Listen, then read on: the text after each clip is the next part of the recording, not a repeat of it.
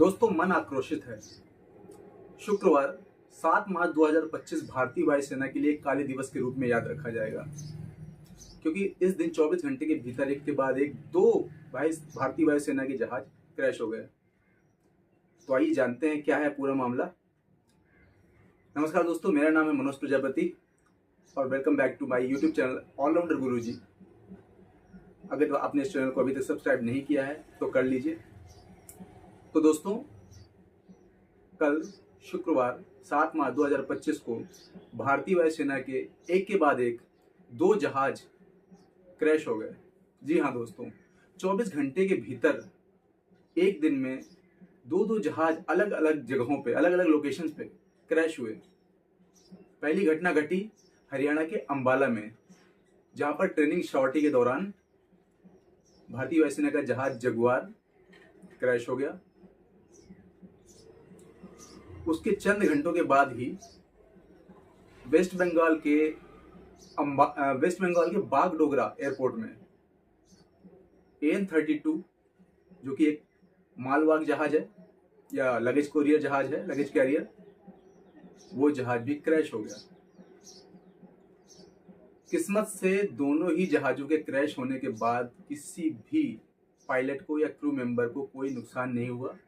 Jaguar से भी सही वक्त पे इजेक्ट कर गया पायलट और AN-32 में भी किसी को भी नुकसान नहीं पहुंचा। लेकिन बागडोगरा एयरपोर्ट में जो फील्ड इंफ्रास्ट्रक्चर है वो काफ़ी डैमेज हो गया है सोर्स के अनुसार, और जहाज तो डैमेज हो ही गया है। तो दोस्तों, क्यों हो रहे हैं ये घटनाएं? क्या कारण है ये जहाज बार बार क्रैश हो रहे हैं? कुछ तो कारण होगा। एक ही दिन में ऐसी घटनाएं घट रही हैं, और ये आज तो चलो एक दिन में 2 बार हुई हैं, लेकिन अगर आप पिछले 1 साल 2 साल का इतिहास उठा कर देख लेना तो हर 2-3 महीने में, 4 महीने में ऐसी घटना सुनने को जरूर मिलती है। हमारी आने वाली पीढ़ी जो कि सपने देखती है कि मैं पायलट बनना चाहती हूँ, उनके परिवार, उनके माँ बाप जो चाहते हैं हमारे बच्चे कल को जाके पायलट बने, भारतीय वायुसेना में सेवा करें देश की, क्या वो अपने बच्चों की सुरक्षा को लेकर चिंतित नहीं होंगे? बिल्कुल होंगे। क्या हम और आप चिंतित नहीं होंगे? तो सरकार ऐसे में क्यों नहीं सोच रही है? क्या रीजन हो सकता है? क्या पायलटों को सही से ट्रेनिंग नहीं मिल पा रही है? जी नहीं, बिल्कुल ये रीजन कतई नहीं हो सकता, क्योंकि लड़के 1.5 साल के लिए पूरी ट्रेनिंग करते हैं पायलट बनने के लिए। अगर एनडीए में जाते हैं तो पहले 3 साल एनडीए ट्रेनिंग करते हैं, उसके बाद वो पायलट बनते हैं। तो वो लोग एयरफोर्स एकेडमी हैदराबाद में जाकर के ट्रेनिंग करते हैं, वहाँ पायलट बनते हैं। तो ये तो कतई हो नहीं सकता। तो क्या जो टेक्निकल असिस्टेंट हैं, ये जो टेक्नोलॉजी डील करते हैं, जहाज़ों का मेंटेनेंस करते हैं, क्या वो ट्रेंड नहीं है? जी नहीं, ये भी रीजन नहीं है। उनको भी प्रॉपर ट्रेनिंग मिलती है। 1 से 1.5 साल की ट्रेनिंग वो लोग बेंगलोर में करते हैं और वेल ट्रेंड होते हैं, और साथ ही उनका वर्क शेड्यूल भी इतना अच्छा होता है कि वो अपना सारा काम पूरी जिम्मेदारी के साथ करते हैं। मैं ऐसे बहुत से टेक्नीशियंस को जानता हूँ जो कि सुबह 6 बजे अगर बुलाया या 4 बजे बुलाया या 5 बजे बुलाया है तो उसके हिसाब से वो पहुंचकर जहाज को टाइम पर मेंटेन करते हैं, उसका मेंटेनेंस करते हैं, ताकि हर एक शॉर्टी से पहले जहाज को प्रॉपर चेक होता है, उसके बाद ही जहाज टेक ऑफ के लिए लेके जाया जाता है। तो ये ग्लिच कहाँ होती है? तीसरा पॉइंट क्या, ये ऐसा तो नहीं कि जहाज आउटडेटेड हो चुके हैं, बहुत पुराने हो चुके हैं? जी दोस्तों, ये एक मैटर ऑफ कंसर्न जरूर है कि ये जहाज इतने पुराने हो चुके हैं कि मॉडर्न टेक्नोलॉजी के साथ ये कोप अप नहीं कर पा रहे हैं। तो आइए दोस्तों, इसी मैं आपको बताता हूँ दोनों जहाज़ों के बारे में। सबसे पहले हम बात करते हैं AN-32 की। अन्ना 32 भी इसको कुछ हिंदी भाषा में बोलते हैं, या AN-32 एंटोनोव 32। ये जहाज कब आया भारत में, कैसे आया और क्या काम करता है, इसके बारे में आपको बताता हूँ।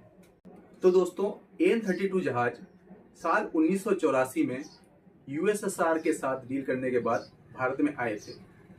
ये जहाज मूल रूप से मालवाहक जहाज है, साथ साथ पैरा ट्रूपर के रूप में भी यूज किया जाता है। मतलब हमारे जो पैरा जंपर्स होते हैं उनको एक हाइट पे ले जाके वहाँ से पैराशूट ऑन करके वो लोग कूदते हैं। तो ये मल्टीटास्किंग का जहाज है।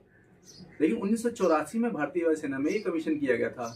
तो दोस्तों, इस जहाज को 39 साल हो चुके लगभग। तो क्या 39 सालों में ये जहाज वैसे का वैसा रहेगा? नहीं, वैसा तो नहीं रहेगा। साल 2009 में गवर्नमेंट ने यूक्रेन के साथ इस जहाज को मेंटेन करने के लिए, अपग्रेड करने के लिए भी डील की थी।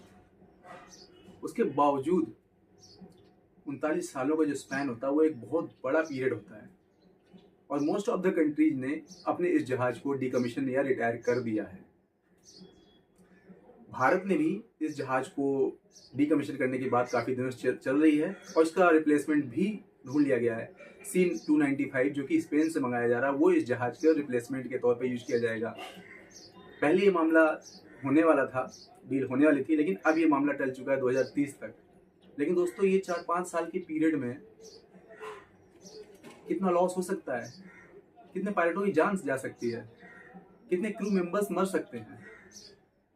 सरकारी संपत्ति तो जो जा रही है वो जा ही रही है, लेकिन उसका जान माल की संपत्ति जा रही है, वो क्यों नहीं सोचा जा रहा है? उसके बारे में सरकार को सोचना पड़ेगा कि जितने फेज आउट होते जहाज है ना, इन सबको, जो पुराने होते जा रहे हैं सभी जहाजों को डिकमीशन क्यों नहीं किया जा रहा है। अब अगर बात करें जगुआर एयरक्राफ्ट की, जिसे हम लोग इंडियन लैंग्वेज में शमशेर भी बोलते हैं, ये जहाज साल 1979 में यूके और फ्रांस से इंपोर्ट किया गया था। यह भारतीय वायुसेना में कमीशन किया गया था। तो अगर इसके टोटल नंबर ऑफ ईयर्स की बात कर ले तो ये भी लगभग 45 से 46 साल पुराना जहाज है। इसका मेन काम था, ये सुपरसोनिक जेट अटैक एयरक्राफ्ट था, और साथ में इसको लो लेवल बॉम्बर एयरक्राफ्ट भी बोला जाता है।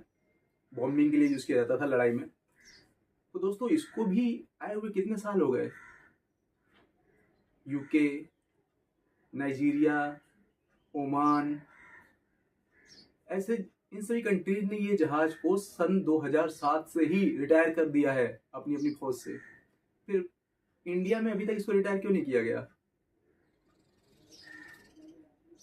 तो कोई जवाब नहीं है। India is only country which is operating Jaguar aircraft at present. क्यों भाई? क्योंकि हम लोग सिर्फ और सिर्फ उन चीजों पे ध्यान देते हैं जो कि फिजिकल है। हम लोग किसी की जान, हमारे पायलटों के बारे में, इन सब के बारे में सोचते ही नहीं है। ना हमारी सरकार सोचती है और ना ही किसी को और परवाह है। एक्चुअली इन सब चीज के लिए कौन सोचेगा? सरकार ही सोचेगी ना।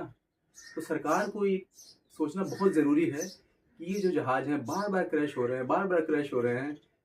भाई, एक सिंपल सी बात है, आप एक बहुत पुरानी एम्बेसडर कार उठा लाओ और उसको बोल दो कि किसी मर्सिडीज कंपनी को बोल दो कि आप है ना इसको मॉडिफाई कर दीजिए। कैसे मॉडिफाई करेंगे? जो पुरानी टेक्नोलॉजी, पुराना इंफ्रास्ट्रक्चर है उसको हम लोग नई टेक्नोलॉजी के साथ इनबिल्ट कैसे कर सकते हैं, मेंटेन कैसे कर सकते हैं? संभव ही नहीं है।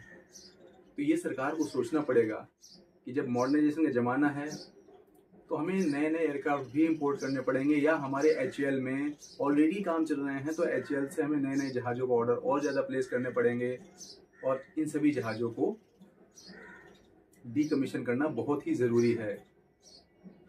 वरना धीरे धीरे क्या होगा, ये जो नंबर्स 24 घंटे में 2 हैं, आने वाले वक्त में 24 घंटे में 3 होंगे, 24 घंटे में 4 होंगे। तो इस सब के बारे में सोचना पड़ेगा। तो हम सब की ड्यूटी है कि हम जगाते रहें। अगर जगेंगे तो अच्छी बात है, वरना लॉस तो हो ही रहा है। फिर धीरे धीरे क्या होगा हर एक माँ बाप डरेगा कि अपने बच्चों को पायलट बनाने के लिए भेजूं कि ना भेजूं, क्योंकि आखिरकार इंसान की जान की कीमत कोई समझे ना समझे, उसके माँ बाप तो समझेंगे, उसका परिवार तो समझेगा। तो दोस्तों, आज के इस वीडियो में बस इतना ही। बुरा लगता है, लेकिन क्या करें, अगर सरकार नहीं सोचेगी तो ऐसे बुरा लगता रहेगा। हमें भी, आपको भी, हम सबको बुरा लगता रहेगा, उससे कोई फर्क पड़ेगा नहीं। तो हमारी गुजारिश है हमारी गवर्नमेंट से, जो कि इतना पैसा खर्च कर रही है डिफेंस पे, बजट में इतना ज़्यादा पैसा देती है, तो उसको ये चीज़ पे ध्यान देने की ज़रूरत है कि हम अपनी पुरानी टेक्नोलॉजीज़ को फेज आउट करें, रिटायर करें, डीकमीशन करें, और नई टेक्नोलॉजी के साथ ही अपनी सेना को आगे बढ़ाएं, ताकि ऐसी घटनाएं बार बार हर दूसरे दिन, तीसरे दिन न्यूज़ में ना सुनने को मिले। तो दोस्तों, आज के लिए बस इतना ही। Take care. जय हिंद।